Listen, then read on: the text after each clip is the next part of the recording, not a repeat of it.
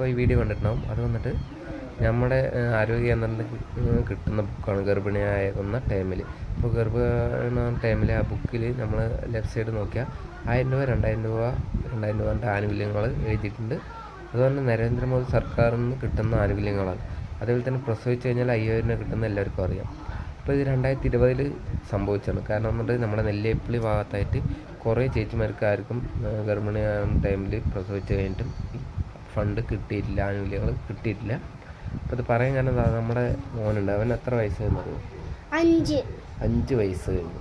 5 വയസ്സ് കഴിഞ്ഞിട്ട് പോലും ഇനിയും കിട്ടിയില്ല. കറക്റ്റ് ടൈമിങ്ങിന് രജിസ്റ്റർ ചെയ്തിട്ടുണ്ട് ആണ്.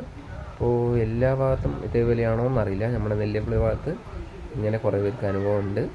അപ്പോൾ അതിന് കിട്ടാൻ സാധ്യതയുണ്ടോ ഇല്ലയോ എന്ന് കമൻറ്റ് ചെയ്യുക. അതേപോലെ തന്നെ കുറേ പേർക്ക് ഇതേപോലെ അനുഭവം ഉണ്ടെങ്കിൽ കമൻറ്റ് ചെയ്യുക. ഓക്കെ.